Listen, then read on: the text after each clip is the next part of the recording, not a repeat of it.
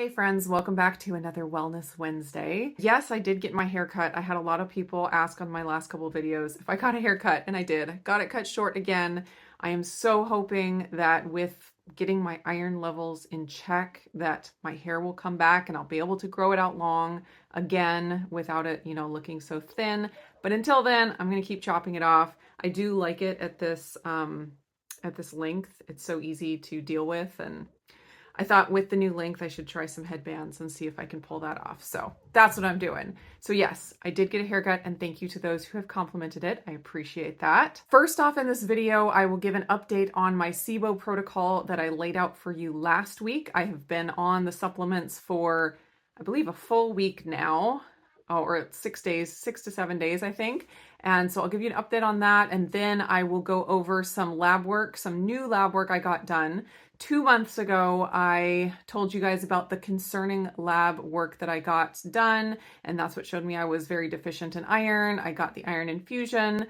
And this is like follow-up lab work to see where I'm at after the iron infusion and kind of just get an update on some specific things that we want to keep an eye on. So first off, the SIBO protocol. I have been taking my antimicrobial SIBO killing supplements for the last week, and it's been going well. I haven't noticed any super dramatic reactions. You can get Dieoff reactions and different things, and sometimes it can be kind of severe. And if you do get those severe Dieoff reactions, I think it's best to cut back on the doses a little bit and then let your body adjust to that before going back up again.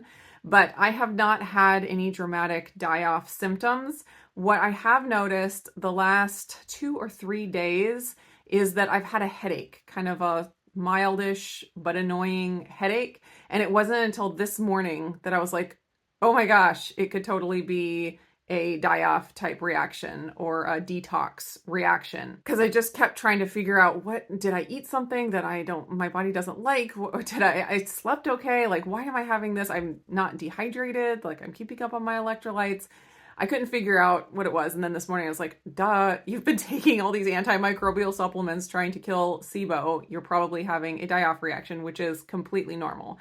But so far it's super mild and not too concerned about it. If it does get worse, if I start having some bad die-off symptoms, I'll think about changing up my doses of my different antimicrobials. But for now, I'm just going to keep on because it seems like it's doing what it's supposed to do. I do have my doctor's appointment tomorrow, so that's why I got this lab work in last week so that I could have the results in time to go to see her and talk about my post-iron infusion details and how I'm doing. So I got my blood drawn for this lab work the day before I started on the SIBO supplement protocol. So none of these numbers are going to be because of any of the supplements I talked about last week.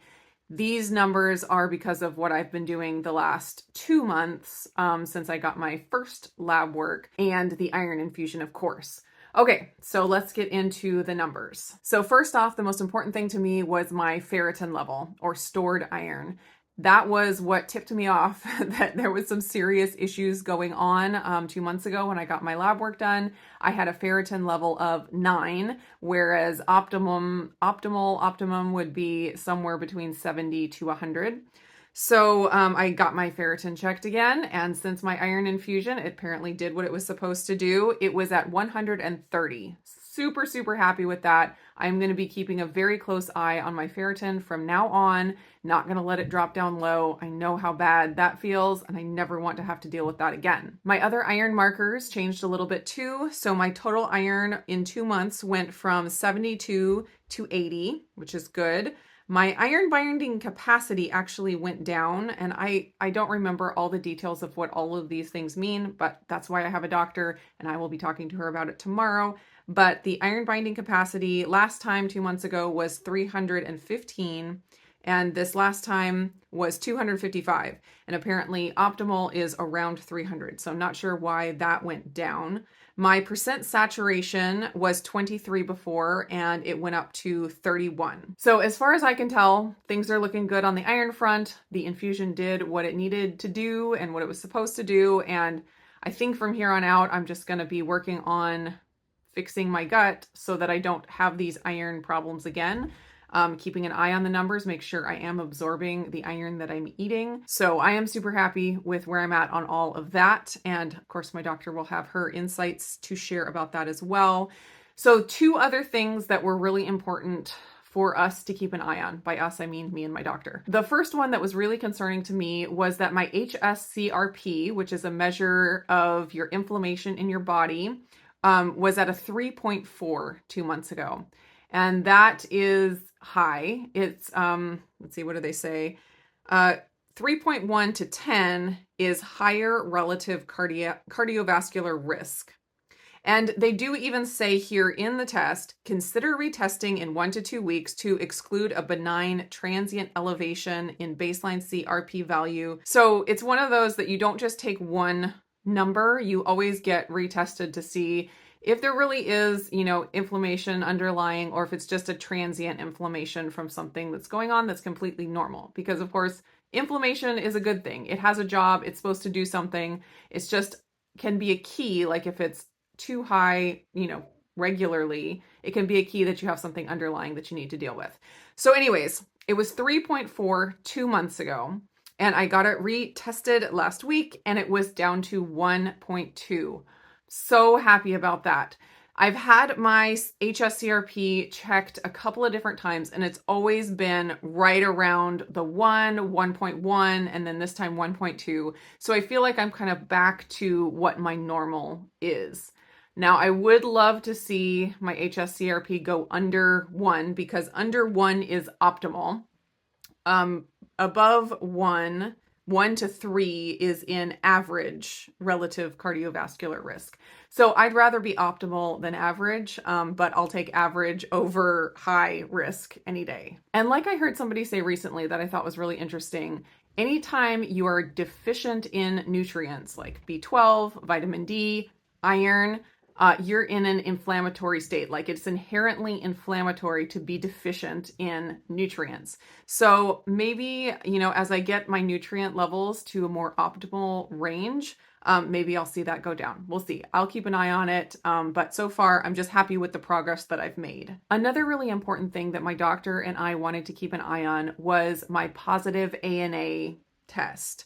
So I have had autoimmune type symptoms for many, many years, and I've gone around the block with my doctor trying to figure out what is going on with me and how to get to the bottom of them. But my ANA and other lab tests didn't confirm a specific autoimmune disease. So this 2 months ago when I got my lab work done, my ANA was higher. Like it was 1:80, and that is in the low antibody level, but it's at the high end of the low antibody level. So 140 to 180 is in the low end. Anything above 180 is an elevated antibody level.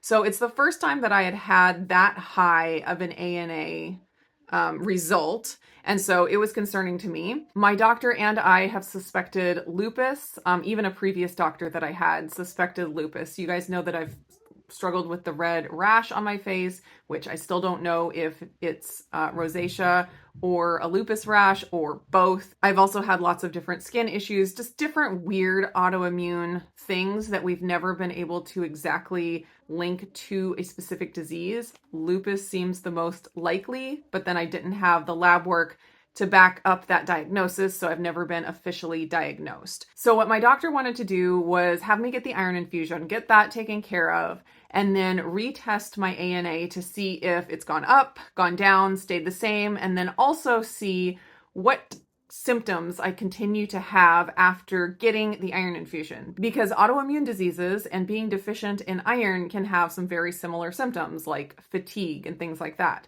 So we wanted to get the iron taken care of first, see how I felt, and see where my blood was, my ANA result after the iron infusion, and then go from there deciding if we're going to pursue a lupus diagnosis. So I got my ANA tested again, and it again was 180. So it has not changed. It hasn't gone up. That's good. I'm still in the low antibody range, but it still is elevated to the point where it means something. So I'm going to be talking to my doctor about that tomorrow. I talked to you guys last week about a medication that I'm going to talk to her about getting on that's going to help me with my SIBO protocol, as well as it has great impact on your immune system and helping it function well. That the medication is called low-dose naltrexone.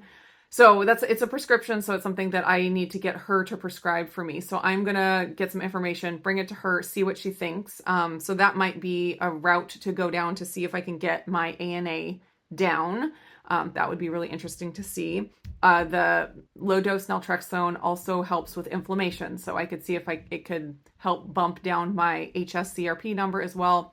All of that would be positive in my book. The last two things I got tested were my vitamin B12 and my vitamin D. And actually, as of right now, my vitamin D test has not come back yet. I use Ulta Labs. It's where you can order your own lab work, which is amazing. And you order it and then you get your orders, and you can go into, I use Quest, and get your blood drawn. And so you don't even need a doctor to order the labs for you. It's great. And Ulta Labs is great because they send you each test as it comes in, rather than waiting for all of them to come in and then sending you the full report. So I've been able to see them trickle in over the last week. And the only one I think that I'm still waiting on is the vitamin D test. Basically, I wanted to see if the dose of vitamin D that I'm taking is keeping my vitamin D level where it's at, or if it's increasing it, because vitamin D is one of those things you don't want to overdo. So I just wanted, since I got it done 2 months ago, it was at a 60, which is good. I wanted to see if it has increased since then, and if it has, and if it's increased a lot, then I'll probably bump my dose down, because I've been taking the 10,000 IUs with my athletic greens in the morning. I just want to know about my dose and if it's a good dose, or if I need to adjust it at all. And then also I wanted to check my B12. When I got it done 2 months ago, it was 659, which is not bad. Definitely could be worse. And I do think that having taken the athletic greens for a couple months before that, I think that helped increase my B12. And I think that's one of the reasons why taking the athletic greens made me feel so good. And the athletic greens is the only B12 supplementation that I am doing. I think it had 22, is it micrograms? I forget how B12 is measured, but it had 22. And that's the only B12 supplementation that I have been taking. And in 2 months, my B12 went from 659 to 751. So almost 100 whatevers, 100 PG per ml, whatever that is. Anyways, so I was happy with that. I definitely wanted to make sure that it wasn't going down, and I wanted to see if I could get it up closer to 800, which according to some people is optimal. So I'm getting closer to that 800 optimal range, so I'm super happy about that. So those are all the labs that I just got run. I did not rerun things like the metabolic panel or the A1C or cholesterol, because all of those things were good 2 months ago. My A1C was 5.0, super happy with that. My cholesterol was great. My triglycerides were super low. Everything there was good. So because money is the thing, I just didn't get those rerun. I'll probably do those maybe every 6 months or every year, depending on finances.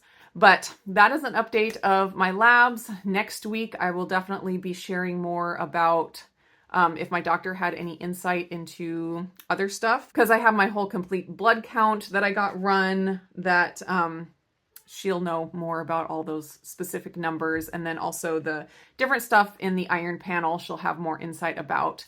So I will share any new stuff about that next week. I think that's it for this Wellness Wednesday. I hope you guys are all doing great, and I will see you again in the next video.